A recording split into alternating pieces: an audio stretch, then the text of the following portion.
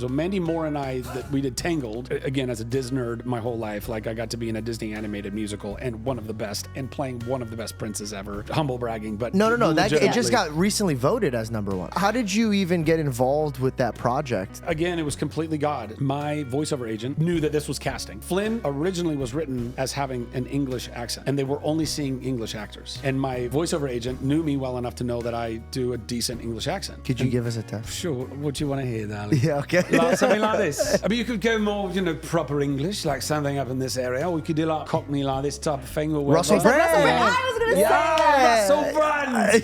Hello. My agent said, hey, you should see Zach. He does an English accent. They're like, we don't know. She's like, just give him a shot. And so I went in and I did the scenes as Flynn, but with an English accent. And I was doing all this. And they told us to prepare like a singer-songwriter song. And I did Sweet Baby James by James Taylor. Nice. And then I left and they said, quite liked his read and what he did. So can he come back and sing At Last I See the Light, the song that we do, the duet in the movie. Came back and did that, and then they hired me. And then we started to get into making the movie. And then in that process, it was really funny actually, they came back to my agent and they were like, so listen, we think, because no Disney movie, if you go back and look at any Disney movie, the prince and princess both have an American accent. All the characters around them can all have English accents and whatever it is. In Aladdin, I guess, the genie kind of, Robin Williams had a billion accents in that, but like Jafar and the Sultan and all these other, they all have different accents. But the Arab guy's like, hi, how are you? Yeah. You don't sound like my cousins.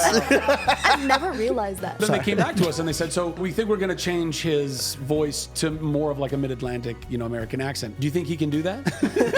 My agent was like, yeah, I think he can. That's what he does. He was doing this other thing. So that's ultimately how I got the job.